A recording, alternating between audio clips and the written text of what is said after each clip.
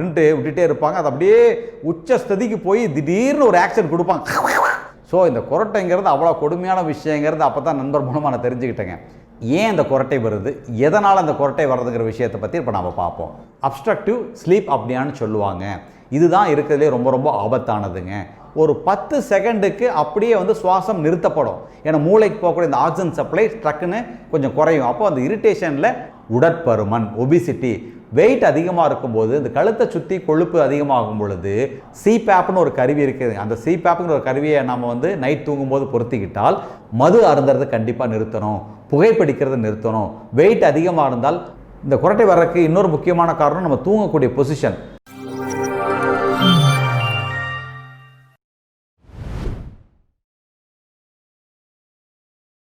ஆத்திச்சூடி சமூக ஊடக தளத்திலிருந்து உங்கள் அனைவரையும் வரவேற்பதில் மிக்க மகிழ்ச்சி அடைகின்றோம். இன்றைக்கி நாம் ஒரு முக்கியமான தலைப்பை பற்றி நம்ம பேச போகிறோங்க. பல பேர்த்து தூக்கத்தை தொலைக்கக்கூடிய ஒரு விஷயங்க இது.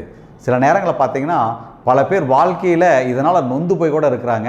இன்னும் பார்த்திங்கன்னா வெளிநாட்டில் இந்த விஷயத்துக்காக கணவன் மனைவிக்குள்ளே விவகாரத்தில் கூட போய் முடியுதுங்க. அது வேறு ஒன்றும் இல்லைங்க, இந்த குரட்டை தானுங்க. குரட்டைங்கிறது அவ்வளோ ஒரு கொடுமையான விஷயங்க. சில பேர்த்து கேட்டு பார்த்திங்கன்னா அதை சொல்லுவாங்க. பார்த்திங்கன்னா சமீபத்தில் நண்பர் ஒருத்தர் நாளைக்கு வெளியூர் போகிறோம்ப்பா, எப்போவுமே எனக்கு ட்ரெயினில் டிக்கெட் கிடைக்காது, இன்றைக்கி ஃபஸ்ட் கிளாஸ் ஏசியில் டிக்கெட் புக் பண்ணிக்கிறேன், இன்றைக்கி நல்லா போய் நீட்டாக ரிலாக்ஸ்டாக தூங்கிட்டு போய் ஃப்ரெஷ்ஷாக இறங்கி அருமையாக நான் அந்த பிஸ்னஸ் முடிச்சுட்டு வர போகிறேன்னு சொல்லிட்டு ட்ரெயின் ஏறியிருக்காருங்க. ட்ரெயின் ஏறி அப்படியே கம்ஃபர்டபுளாக நம்மால் போய் இப்படியே கீழே லோயர் பர்த் கிடச்சிருச்சு அவர் விருப்பப்பட்ட மாதிரி அப்படி போட்டு படுக்கும்போது மெதுவாக ஒரு டீசல் இன்ஜின் ஸ்டார்ட் பண்ணுற மாதிரி ஒரு சப்தங்க. ஏன்னா அவங்க வீட்டில் பார்த்திங்கன்னா அவங்க தோட்டத்தில் ஒரு டீசல் இன்ஜின் வச்சுருக்காங்க, அதை சுற்றி விட்டு ஸ்டார்ட் பண்ணுற மாதிரி ஒரு சின்னதாக சப்தங்க. அந்த டீசல் இன்ஜின் கொஞ்சம் நேரத்தில் அப்படியே பார்த்திங்கன்னா ஒரு ரோலர் போடுற சத்தம் அப்படியே வந்துச்சுங்க. அதுக்கப்புறம் பார்த்திங்கன்னா அது ஒரு புல்டோசர் ஓடுற மாதிரி கராமுரான்னு ஒரே சத்தத்தில் நம்பால் தவிச்சு போய் எந்திரிச்சு என்னடா சத்தம் வருது, ட்ரெயின் கீழே இது கிராங்க் சாஃப்ட் ஏதாவது கிராக் ஆகிடுச்சா இல்லை வீல் இது கிராக் ஆகிடுச்சான்னு நம்பால் போய் இன்ஜினை ட்ரெயினை நிறுத்தி கீழே போய் செக் பண்ணி பார்க்குற அளவுக்கு அங்கே இங்கேயும் தேடி பார்த்துருக்காரு. அதுக்கப்புறம் தான் அண்ணாந்து பார்க்கும்போது மேலே ஒருத்தர் பார்த்திங்கன்னா ஒரு 50 HP மோட்டரை ஓடுற மாதிரி மூக்கும் வாயில் அப்படியே புர்ன்னு விட்டு பட்டையை கிளப்பி இருந்திருக்காரு. எத்தனையோ வாட்டி நம்பால் போய் மெதுவாக தட்டி எழுப்பி, ஐயா எனக்கு ரொம்ப டிஸ்டர்பன்ஸாக இருக்குதுங்க, கொஞ்சம் பார்த்து தூங்குனீங்கன்னா நானும் கொஞ்சம் தூங்கின்னு கேட்டிருந்திருக்காரு. அவர் அப்படிங்களா சரிங்கன்ட்டு ஆஸ்வாசப்படுத்தி மறுபடியும் படுத்தார். ஆனால் படுத்ததுக்கப்புறம் பார்த்தீங்கன்னா அதுக்கப்புறம் ஒரு போயிங் விமானமே 2 பிச்சுக்கிட்டு போகிற மாதிரி ஒரே குரட்டைங்க. ஸோ இந்த குரட்டைங்கிறது அவ்வளோ கொடுமையான விஷயங்கிறது அப்போ தான் நண்பர் மூலமாக நான் தெரிஞ்சுக்கிட்டேங்க. ஸோ ஏன் இந்த குரட்டை வருது, எதனால் அந்த குரட்டை வர்றதுங்கிற விஷயத்தை பற்றி இப்போ நம்ம பார்ப்போம். குரட்டை எதனால் வருதுன்னு பார்த்திங்கன்னா நம்ம தூங்கும் பொழுது நம்மளுடைய மேல் சுவாச பகுதி அப்பர் ரெஸ்பிரேட்டரி ட்ராக்ட்னு சொல்லுவோம், மூக்கிலிருந்து அந்த வின் பைப் அதாவது மூச்சுக்குழாய்க்கு போகக்கூடிய அந்த பகுதியில் இருக்கக்கூடிய தசைகள், அந்த பாதையில் இருக்கக்கூடிய தசைகள் என்னதுன்னு பார்த்திங்கன்னா தளர்ந்து அந்த மூச்சு பாதையை கொஞ்சம் அடைக்க ஆரம்பிக்கும். ஒரு பகுதியை அடைக்க ஆரம்பிக்கும் பொழுது அந்த பகுதியில் என்னதுன்னு பார்த்திங்கன்னா காற்று சுழண்டு நுரையீரலேருந்து மூக்கு வழியாக வெளியே வரும் பொழுது இந்த குரட்டை சப்தம் உருவாகுதுங்க. இந்த குரட்டை சப்தம் 2 பகுதியிலேருந்து வருங்க. ஒன்று மூக்குலேருந்து வரலாங்க, இல்லை தொண்டையிலேருந்து வரலாங்க. சரி, இந்த குரட்டை ஒரு பகுதியாக இந்த மேல் சுவாச பகுதியை அடைக்கும் போது பிரச்சனை இல்லைங்க. இந்த பகுதியை அடைக்கும் போது பார்த்திங்கன்னா ஒரு சின்ன மிருதங்கம் வாசிக்கிற மாதிரி இருக்கும். ஆனால் சில நேரங்கள் என்னன்னு பார்த்தீங்கன்னா அந்த பகுதியை அடைக்கிறது சில நேரங்களில் அந்த தசைகள் தளர்ந்து முழுசுமே அந்த மூச்சு குழாய் பகுதியை அப்படியே அடைச்சிக்கும். அப்போ என்னன்னு பார்த்தீங்கன்னா ஒரு 10 செகண்டுக்கு அப்படியே சுவாசம் நிறுத்தப்படும். அந்த 10 செகண்ட் நிறுத்தப்படும் பொழுது அந்த நபர் தூங்கிட்டு இருக்க திடீர்னு அப்படின்னு அப்படியே எந்திரிச்சு உட்காருவாருங்க. அப்போது பார்த்தீங்கன்னா நமக்கே ஆச்சரியமாக இருக்கும். நம்ம வீட்டில் சில பேர் பார்த்தீங்கன்னா குரட்டை விடுவாங்க, அப்படியே தூங்கிட்டு இருப்பாங்க. தூங்கிட்டு இருக்கும்போது அப்படியே அந்த படத்தில் இளையராஜா படத்தில் ட்ரம்ஸ் வாசிக்கிற மாதிரி அந்த பீக் சவுண்டுக்கு போகும் இல்லைங்களா, அப்படின்ட்டு விட்டுட்டே இருப்பாங்க. அது அப்படியே உச்சஸ்ததிக்கு போய் திடீர்னு ஒரு ஆக்ஷன் கொடுப்பாங்க, அப்படின்ட்டு எந்திரிச்சு உட்காருவாங்க. அப்போ பார்த்தீங்கன்னா அந்த நபருக்கு அது என்ன காரணத்தால் எந்திரிச்சு உட்காரன்னு பார்த்தீங்கன்னா அந்த 10 செகண்டு அந்த சுவாசம் நிற்குது இல்லைங்களா, அந்த நிற்கும் பொழுது மூளைக்கு ஒரு இரிட்டேஷன் ஆகும். ஏன்னா மூளைக்கு போகக்கூடிய இந்த ஆக்சிஜன் சப்ளை டக்குன்னு கொஞ்சம் குறையும். அப்போ அந்த இரிட்டேஷனில் டக்குன்னு என்ன ஆகும், அந்த நபர் விழிச்சு உட்காருவாங்க. இதுக்கு பின்னாடி மிகப்பெரிய ஒரு மெக்கானிசம் இருக்குது, ஒரு ஃபிசியலாஜிக்கல் மெக்கானிசம் இருக்குது. அதை சொன்னால் உங்களுக்கு போர் அடிக்கும். அதுக்கு பதிலாக ஒரு ப்ராக்டிக்கலாக இருக்கக்கூடிய விஷயத்தை பற்றி பார்ப்போம். ஸோ இந்த குரட்டை வர்றதுக்கு இதுதான் காரணமாக இருந்தாலும் இதுக்கு துணை போகக்கூடிய விஷயங்கள் என்ன அப்படின்னு பார்த்தீங்கன்னா தற்காலிகமான டெம்பரவரி காசு இருக்குது, பெர்மனன்ட் காசு இருக்குங்க. இந்த தற்காலிகமான காசு என்னன்னு பார்த்தீங்கன்னா ஒன்று இந்த சீசனல் அலர்ஜி. பார்த்தீங்கன்னா சில பேர்த்துக்கு வந்து இந்த குளிர்காலம் வந்தாலோ இல்லை இந்த பூக்கள் பூத்து இந்த மகரந்த தூள் வரும் பொழுது இந்த அலர்ஜிக் ரைனைட்டிஸ்ன்னு சொல்லக்கூடிய இல்லை அப்பர் ரெஸ்பிரேட்டரி ட்ராக்டில் ஒரு அலர்ஜி வரும். அந்த அலர்ஜினால் என்னன்னு பார்த்தீங்கன்னா அந்த மேல் சுவாச பகுதியில் இருக்கக்கூடிய அந்த மென்மையான திசுக்கள் கொஞ்சம் வீக்கம் அடையும், சில செக்ரீஷன்ஸ் அந்த கஃபம் உருவாகும். அப்போது இந்த மேல் ரெஸ்பிரேட்டரி ட்ராக்ட் இருக்கு இல்லைங்களா, அந்த பாதை இருக்கு இல்லைங்களா, சுவாச பாதை வந்து இந்த பகுதியை அடைக்கப்படுறதுனால இந்த குரட்டை வரலாங்க. சிலருக்கு என்னன்னு பார்த்தீங்கன்னா இந்த டான்சில்ஸ் இருக்கும். இந்த டான்சில்ஸ் இருக்கிறதுனாலையும் இந்த டான்சில்ஸ் வந்து வீக்கமாகும். டான்சில்ஸ் எல்லாத்துக்குமே இருக்கும். இந்த டான்சிலைட்டிஸ் வந்து இந்த வீக்கம் அடையும். அந்த வீக்கத்தினாலையும் இந்த மேல் சுவாச பகுதி அடைபடும். சில பேர்த்துக்கு பார்த்தீங்கன்னா இந்த தூக்க மாத்திரை போடும் பொழுது ரொம்ப அசந்து தூங்கும் பொழுது இந்த தசை தளர்ந்து இந்த மாதிரி வரலாங்க. சில நேரங்களில் அளவுக்கு அதிகமாக புகைப்பிடிக்கிறதுனாலையும் இல்லை மது அருந்துறதுனாலையும் இந்த ஆல்கஹால் குடிக்கிறதுனாலையும் பார்த்தீங்கன்னா இந்த குரட்டை வரலாம். அதோட மிக முக்கியமான காசு என்னன்னு பார்த்தீங்கன்னா உடற்பருமன், ஒபிசிட்டி.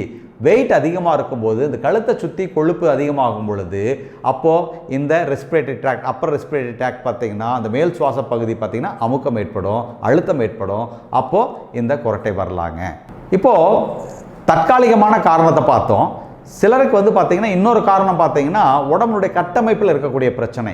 ஒன்று இந்த மூக்கு தண்டுவடம், டீவியேட்டட் நேசல் செப்டம்னு சொல்லுவாங்க. அந்த மாதிரி மூக்கினுடைய வளைஞ்ச மூக்காக இருந்தாலோ மூக்கினுடைய அமைப்பு சரியில்லாமல் இருந்தாலோ, சிலருக்கு பார்த்தீங்கன்னா அந்த தாடை வந்து அமைப்பு சரியில்லாமல் இருந்தால் இந்த பேக் பைட்னு சொல்லுவாங்க.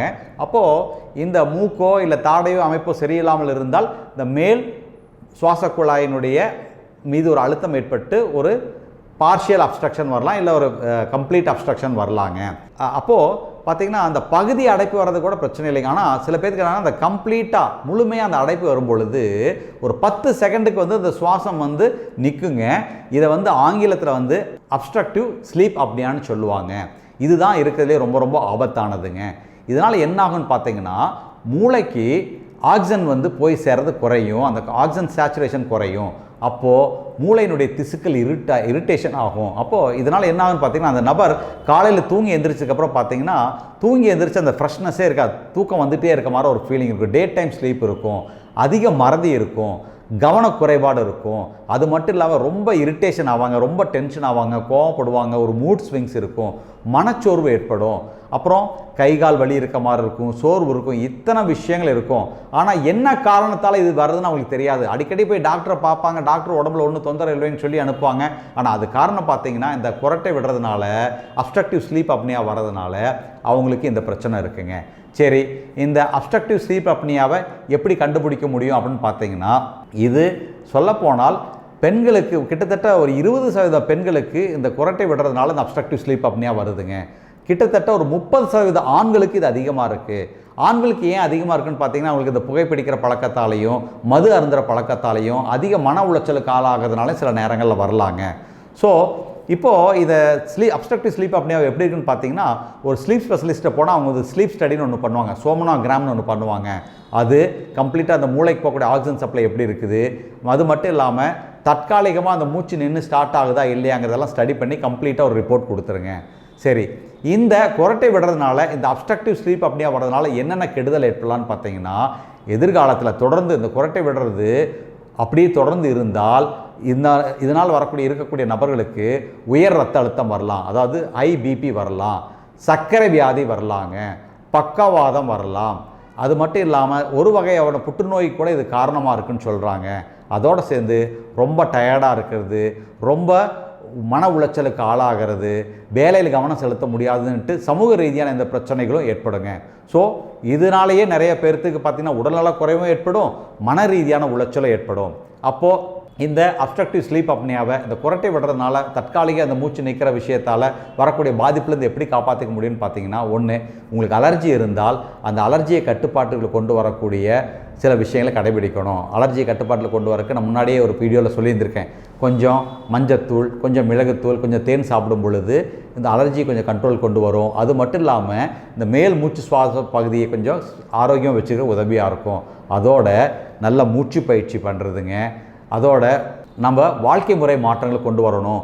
மது அருந்துறதை கண்டிப்பாக நிறுத்தணும், புகைப்பிடிக்கிறத நிறுத்தணும். வெயிட் அதிகமாக இருந்தால் வெயிட் குறைக்கிறதுக்கான உணவு கட்டுப்பாடு, உடல் பயிற்சி, இதை போன்ற விஷயங்களை பண்ணும் பொழுது உதவியாக வரலாங்க. இதை தாண்டியும் உங்களுக்கு இந்த பிரச்சனை கண்டினியூ ஆனால் கண்டிப்பாக ஒரு ஸ்லீப் ஸ்பெஷலிஸ்ட்டை பார்த்து இந்த சோமனோகிராம் டெஸ்ட் பண்ணி பார்த்து நமக்கு அந்த அப்ஸ்ட்ரக்டிவ் ஸ்லீப் அப்னியா இருக்குங்கிற விஷயத்தை நம்ம தெரிஞ்சுக்கணுங்க. ஒருவேளை அந்த அப்ஸ்ட்ரக்டிவ் ஸ்லீப் அப்னியா இருந்தால் இதுக்கு பெருசாக அறுவை சிகிச்சையோ அது போன்றது தேவையில்லைங்க. அந்த ஸ்லீப் ஸ்பெஷலிஸ்ட்டே பார்த்தீங்கன்னா சிபேப்னு ஒரு கருவி இருக்குது. அந்த சிபேப்புங்கிற ஒரு கருவியை நம்ம நைட் தூங்கும்போது பொருத்திக்கிட்டால் சுவாசம் விடுறதுல இயல்பாக்கிரும். அந்த மூளைக்கு போகக்கூடிய ஆக்சிஜன் சப்ளையும் ப்ராப்பராக இருக்குங்க. அது மட்டும் இல்லாமல் இன்னொரு ரொம்ப ஒரு சிம்பிளான ஒரு விஷயத்தை கடைபிடிக்கிறது மூலமாக பார்த்தீங்கன்னா இந்த குரட்டை விடுறதே நம்மளால தடுக்க முடியும். நான் முன்னாடியே சொன்ன பார்த்தீங்கன்னா இந்த அலர்ஜி கண்ட்ரோல் பண்ணுறதுக்கான மூச்சு பயிற்சி சொன்னேன். அதே மாதிரி வெயிட் குறைக்கிறத பற்றி சொன்னேன், உணவு பழக்கத்தை பற்றி சொன்னேன், குடிப்பழக்கத்தை நிறுத்தத்தை பற்றி சொன்னேன். அதோடு சேர்ந்து ஒரு சின்ன ஒரு விஷயம் இருக்குது. என்னென்னு பார்த்தீங்கன்னா இந்த குரட்டை வர்றதுக்கு இன்னொரு முக்கியமான காரணம் நம்ம தூங்கக்கூடிய பொசிஷன். சில பேர் பார்த்தீங்கன்னா அது ரொம்ப அப்படி மல்லாக்கப்படுத்தே தூங்கிடுவாங்க, சில டைம் ரொம்ப குப்புறப்படுத்த தூங்கிடுவாங்க. அப்போது என்னாகுன்னு பார்த்தீங்கன்னா அந்த சுவாச பாதையில் தொடர்ந்து அப்படியே இப்படி படுத்திருக்கும் போது பூமியினுடைய இந்த புவியீர்ப்பு சக்தியால் இந்த தசைகள் ரொம்ப தளர்ந்து அப்படியே அந்த சுவாச பாதையை அடைக்கும் இல்லைங்களா.